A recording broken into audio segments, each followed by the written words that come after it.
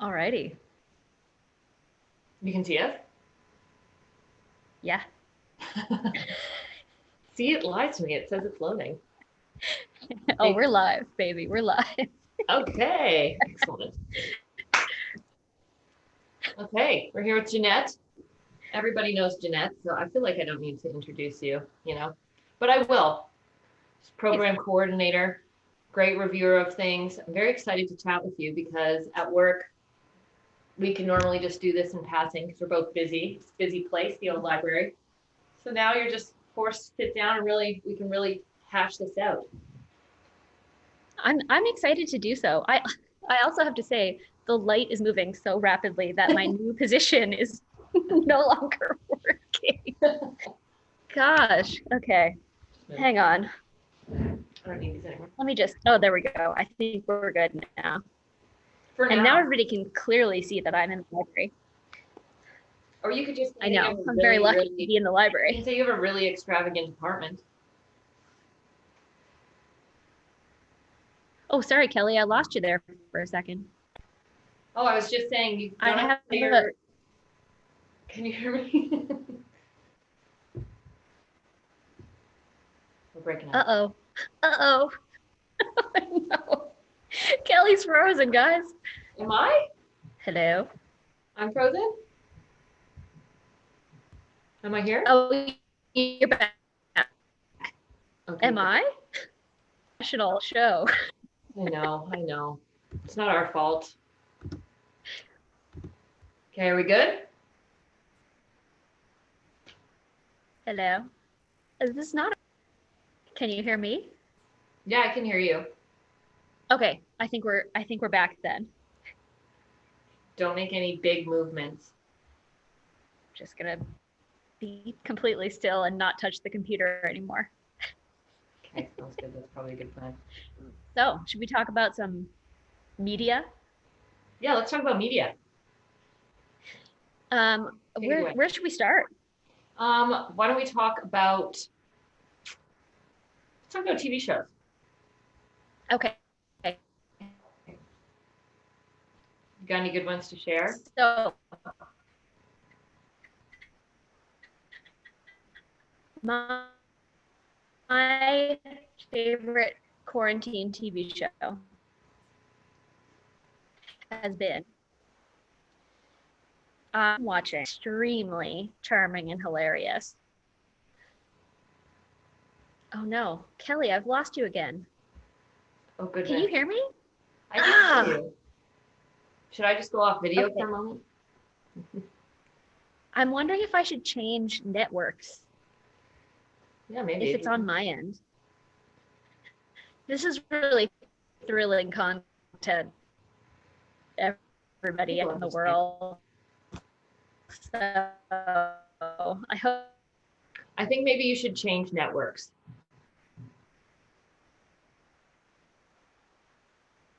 The old unsecured Whistler Library network is not.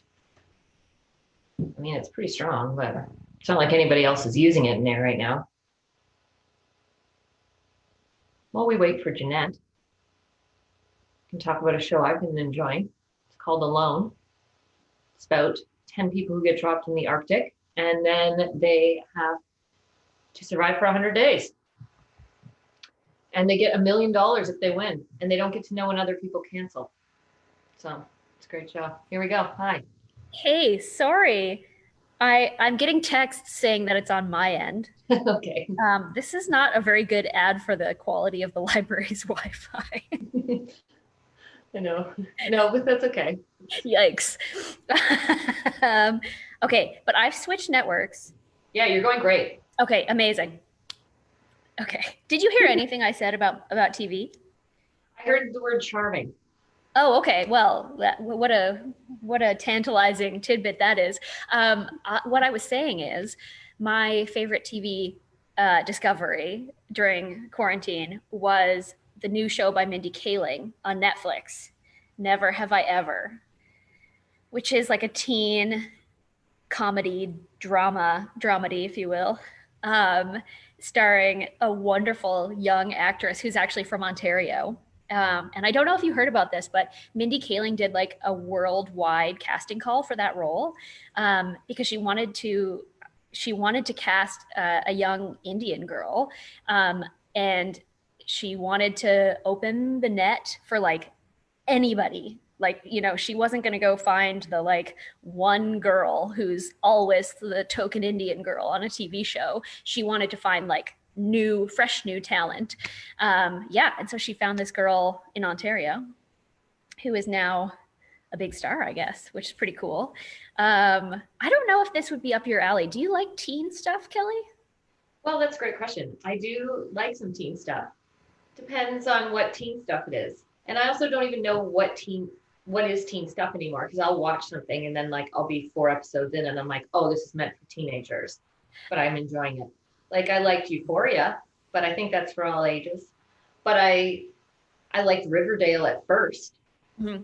But then everybody was just like, it was too much. I couldn't handle it. Yeah, I think Riverdale is too much of a soap opera for me. And I really liked Euphoria, but it also made me sad. Like it made me worry about teens that I know. Yeah. which Yeah, it was is really sad. It was. it's a complicated feeling to have about a TV show. Never Have I Ever is like hits a sweet spot where these teens have problems, but they're like manageable, uh, and none of them involve like statutory issues.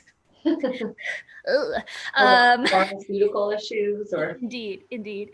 So it's very wholesome compared to both of those shows actually, but very realistic, very diverse, which I always love. And yeah, just 10 out of 10 would recommend. I've watched it twice. I've watched the series, the 10 episodes twice in quarantine, so I'm a fan. I'm a massive Office fan. Like I've watched every episode of The Office. I don't even know. I can't even tell you many times. Mhm. I love Mindy Kaling. She wrote lots of that, right? And and I loved her character progression in The Office. Because recently I watched like a really early episode on, and then I watched a really late one, and it was just like the funniest thing ever. She had the best progression. Yeah, Like, Kelly Kapoor, she's given a chance to grow, isn't she? yeah. My God, the light is. Hang on. Here we go. I'm just going to keep moving as the light moves through the library. Well, it's nice to finally have sunshine. So I know, it's amazing. I'm not complaining about the sunshine at all, but I did not pick a very strategically easy place to sit. So the other TV that we've been watching is we rewatched all of Seinfeld. What a treat. What a treat. Are you a Seinfeld gal? really funny you say that, because we watched a bunch of it at the beginning of quarantine. Because Mike's a huge Seinfeld fan, and also like Larry David fan. So I watched the like last season of Curb Your Enthusiasm. I always confuse that with Arrested Development. And so we watched that, and then that made me like it more. And then I started to watch Seinfeld again as an adult, because I think I watched it growing up, and I didn't quite appreciate. First of all, they're horrible people. Oh, they're terrible. They're the worst. Yeah, and I think that rewatching it, I realized Elaine was my favorite probably, and probably like when I thought of it growing up, I probably thought Jerry was my favorite. Now I think Jerry's my least favorite. Well, I think Jerry is the everyman, right? So he's meant to be sort of like the stand-in, like you're Jerry with all these wacky friends, right? But you're right, it does make him less interesting, I think. And of course, if you're a fan of Curbed, then you maybe know that George is supposed to basically be Larry David. So Yeah. that's an interesting insight into one man's psyche. I'll tell you that much. Kelly, have you watched the season of Curb that is about the Seinfeld reunion? No. Oh, No, I've only watched season 10. okay. I can't remember which season it is, but you got to go back. And there's a whole season of Curb that's about doing a Seinfeld reunion, and all of the Seinfeld actors are in it. And it's glorious. It is 10 out of 10. It's so good. Although I will say overall that I prefer Seinfeld to Curb. Yeah, it's a little bit less aggressive, I think. I find that I Curb is so cringy Yeah. that I have to watch it in small doses. Hmm. Whereas Seinfeld, I can like, waste away a whole evening watching Seinfeld. Yeah. Yeah, it's a great background show too, you know? You don't have to It's feel true. bad if you need to get up or something. You're like, I can miss a little bit. I've also realized through quarantine that I don't pause anything. Like I'll just walk out of the room. And it's a really silly thing to do because then I come back and I have to rewind it and I could just press pause and I'm still doing it, even though I'm aware. So Mm. probably get on that. Probably start pausing stuff. Well, our place is small enough that you can pretty much hear it from everywhere if you walk away. So No need. unless you actually go into another room and close the door, you can kind of keep one ear out and hear the TV. That's just part of the glamorous lifestyle of living in a small apartment, right? Yeah. There's ups. You don't have to pause anything. Yeah, exactly. Okay. What about like, is there any documentaries or movies you can think Um, of? yes. So, well, I wanted to say that we watched the Alien series while in quarantine. And I actually had only seen Alien and Aliens. And of course, I had seen Prometheus and then the the one after Prometheus, but not counting those new ones. I had only seen Alien and Aliens, and I had not seen Alien 3 or 4. Now, have you seen any of these, Kelly? Are you familiar with the series? I think I've watched, it's very hard to keep track, especially when the names are so similar. Mm-hmm. I mean, I've definitely watched, I think I watched one of the sequels not that long ago, and I've seen Mm-hmm. Prometheus, and I think I've seen Aliens 1 years ago, but I feel like watching them in order.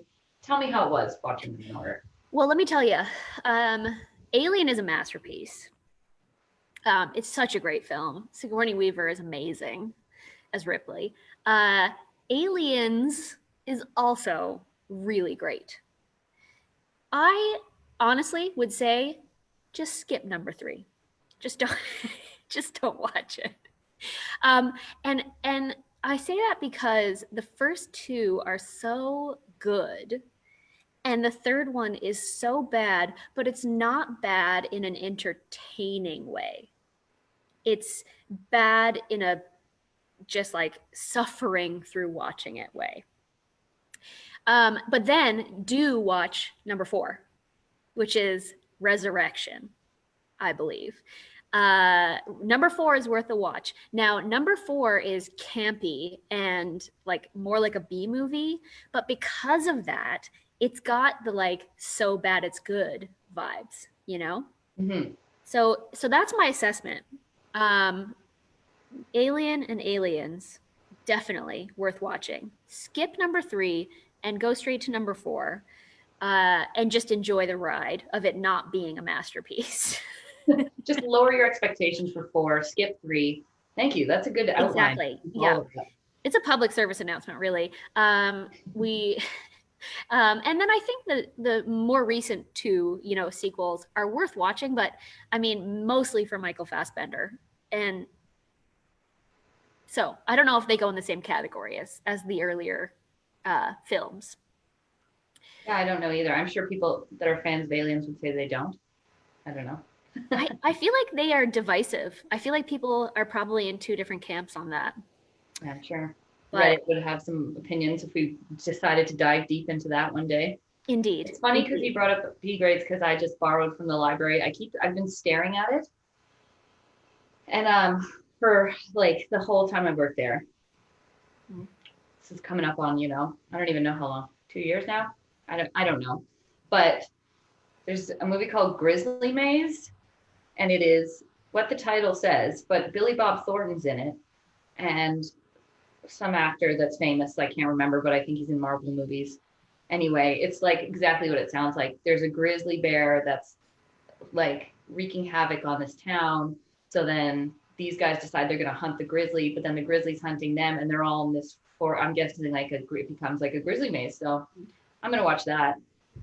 it got terrible reviews, but it got the reviews that were like people. Some people loved it. Like they were like, "This is so bad, it's good." So I'm looking forward to it because it's like, did you ever watch the movie Frozen?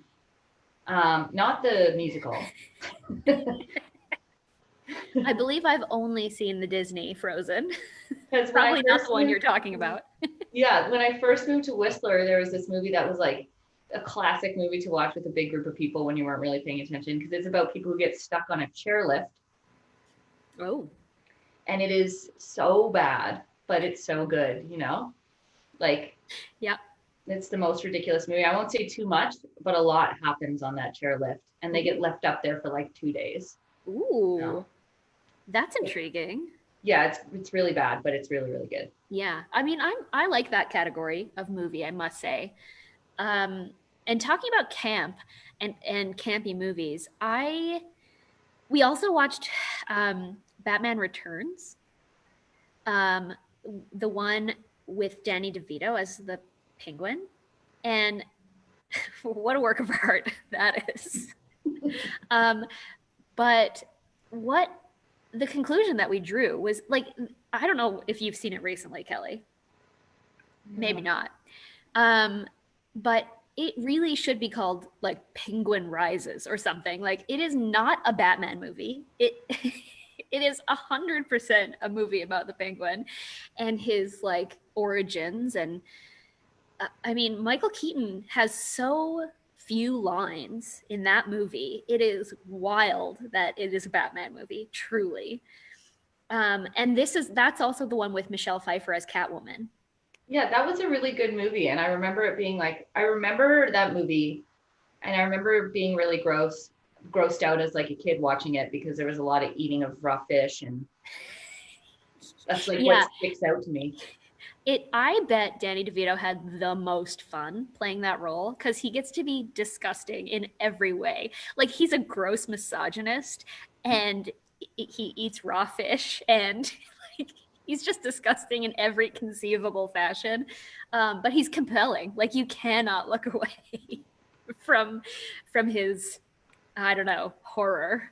So I feel like the movie is his first. It's the Penguin's movie, then it's Catwoman's movie, and then Batman is like a bit player. Fascinating. Yeah. I would be interested to hear people's thoughts on that as well, because obviously people have a lot of opinions about superhero franchises. It's also wild to think about how so many different versions of Batman have been on the big screen now, and they're all so very different. And I don't know if I have a favorite, honestly. I don't know if I'm invested enough to have a favorite. That's fair. I feel like if I rewatch that one, that would probably be a favorite. And then I guess, like there's the Dark Knight ones are good, but yeah, totally different. Because I feel like there's been a ton of Spider-Mans, but they're all kind of the same. But I haven't even watched a new one, so what am I even saying? No, I can't comment. Every 2 years there's a new Spider-Man, and they're all kind of similar vibe, different people. But Batman's all over the place. Like, yeah, I mean, Tobey Maguire is still my Spider-Man, but I'm sure Andrew Garfield did a fine job. I don't know. But yeah, another guy too, isn't there? Like, isn't Tom Holland? Tom Holland is the current Spider-Man, and he's quite a charming young man. He's got his whole thing is in all of the Avengers movies, he can't be told the plot because he blows the secret in like press interviews. So he's not allowed to know the ending to the movies. So I find that quite hilarious. That is pretty funny. Just don't tell him. That's fair. Yeah. And apparently Mark Ruffalo is the same. So like Mark Ruffalo and Tom Holland don't get to know the big secrets because they will ruin it. I'm hoping that with COVID and quarantine that Mark Ruffalo has had a good rest. I feel like he needs it. I feel like he just seems really tired, Yeah. Every time I see him, he just looks exhausted. Yeah. I've never met him, but just from maybe he's exhausted from trying to keep secrets that he can't. Exploding. Yeah. What about podcasts? Well, okay, so staying on the theme of bad movies or bad movies that are so bad they're good. My favorite podcast, or like in my top five, is How Did This Get Made? Do you know that one? I've listened to a couple ones. Yeah. I think I've listened to every episode now. But for those of you who are not in the know, How Did This Get Made is a movie podcast, and the question is, how did this movie get made?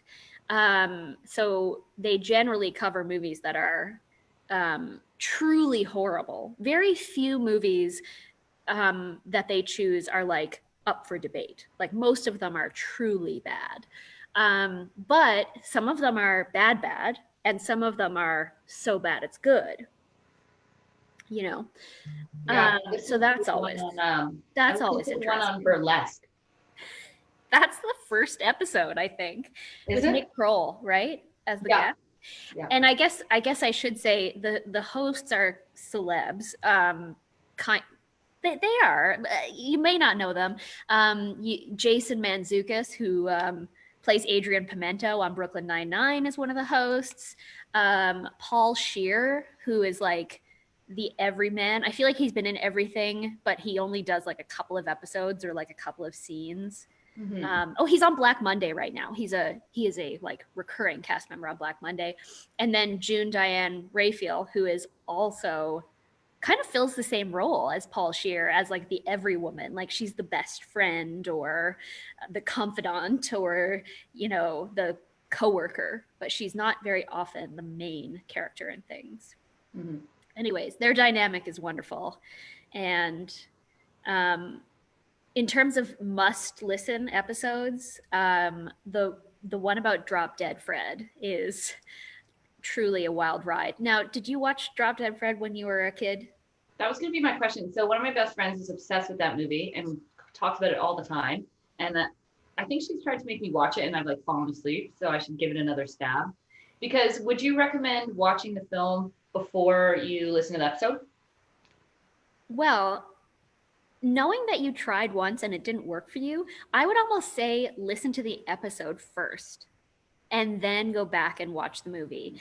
Because the thing about the episode is that they get into this debate over, like, they basically divide into factions where there's Team Fred and Team Sanity.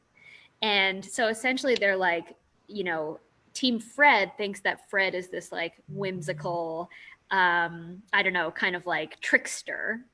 And Team Sanity thinks that Fred is like a predator and like a very scary person. He is an imaginary friend. Right. He's imaginary. Yeah. He's imaginary. But he's an adult, right? He's a bit Yes, creepy. exactly. So I've Phoebe not seen this Cates movie. had him as an imaginary friend when she was little, and then he comes back when she's an adult. Anyways, watch the movie, listen to the episode, or the other way around. But it's good stuff. It's good content. That'll be good. I could use some comedy. Yeah, I'm still like I'm 15 hours left of my 47-hour audiobook from What are Stephen you listening King. to?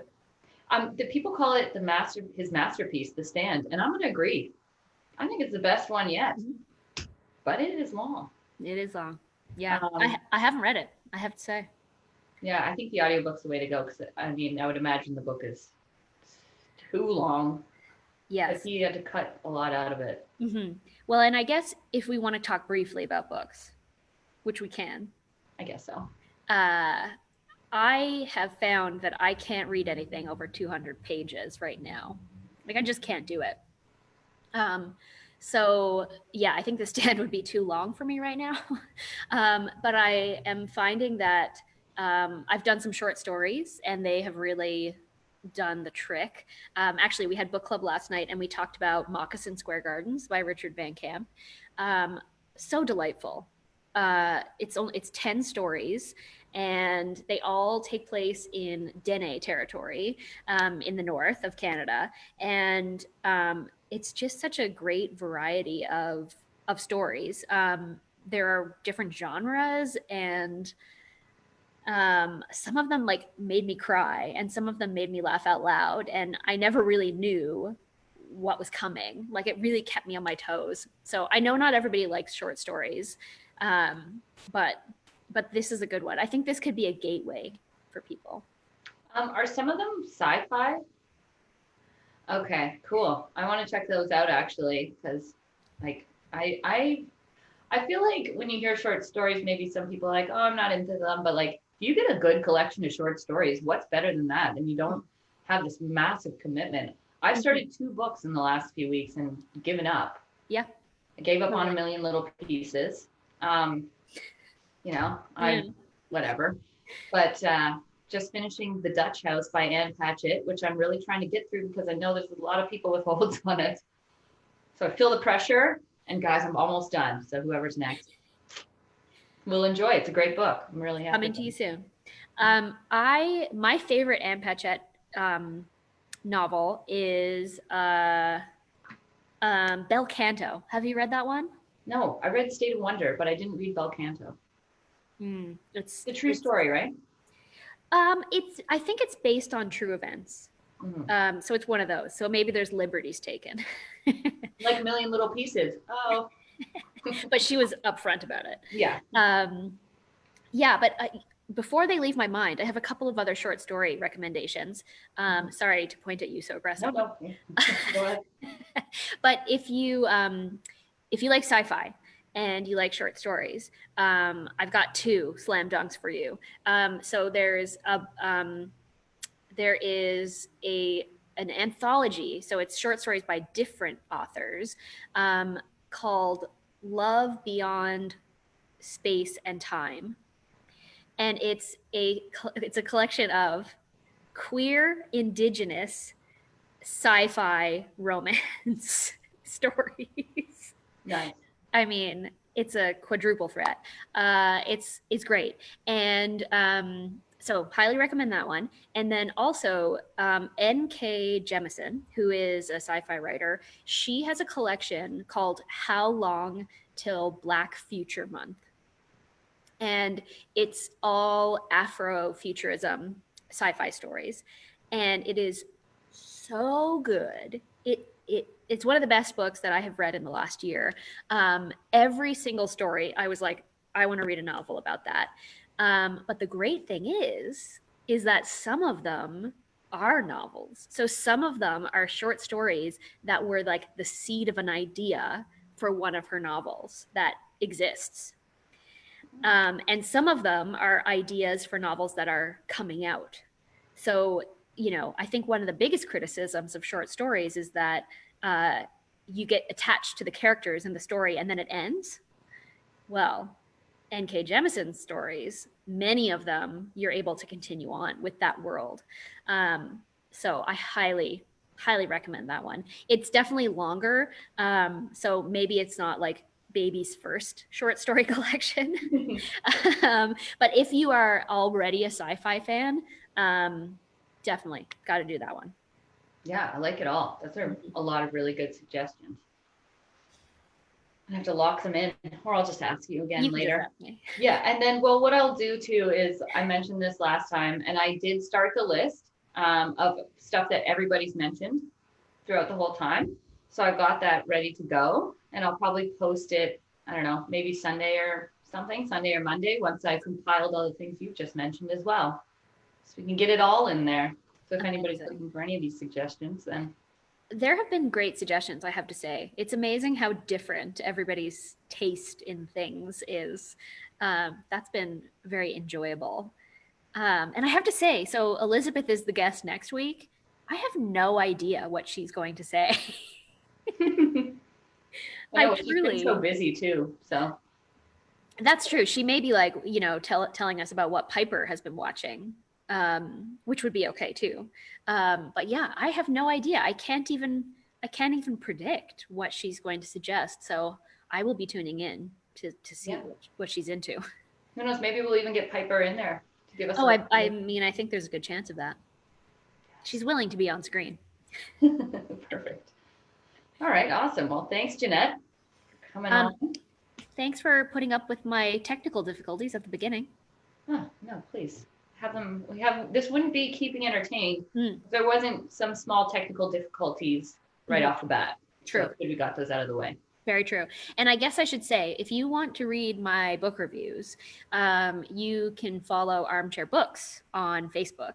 And I post a book review every Sunday morning. So you can keep up with what I've been reading and enjoying over there. That's crazy because I didn't even know that. So that's good to know for me too. Oh, well, there you go. Noted. Okay, cool. Yeah, and I'll post the list soon. And then next week it's Elizabeth. All right. All right. I'll talk to you soon. Bye, Bye, Jeanette. Facebook. Bye, Facebook. Bye, everyone that's watching.